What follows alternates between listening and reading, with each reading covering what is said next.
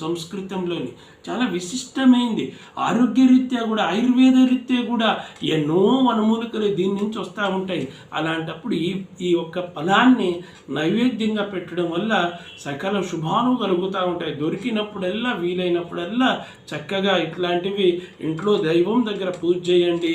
అలాగే దేవాలయాలకు వెళ్ళేటప్పుడు పట్టుకుని వెళ్తూ ఉండండి. అలాగే గొప్పవారి, పెద్దవారి దగ్గరికి వెళుతున్నప్పుడు పట్టుకుని వెళ్ళి వాళ్ళకి సమర్పణ చేయండి. అలాగే ప్రధానంగా గురువుల దగ్గరికి వెళ్ళినప్పుడు వారికి సమర్పణ చేయడం వల్ల వంశాభివృద్ధి, సర్వశుభాలు కలిగే అవకాశాలు ఎక్కువగా ఉంటాయి. అంత విశిష్టమైంది ఈ యొక్క ఫలము.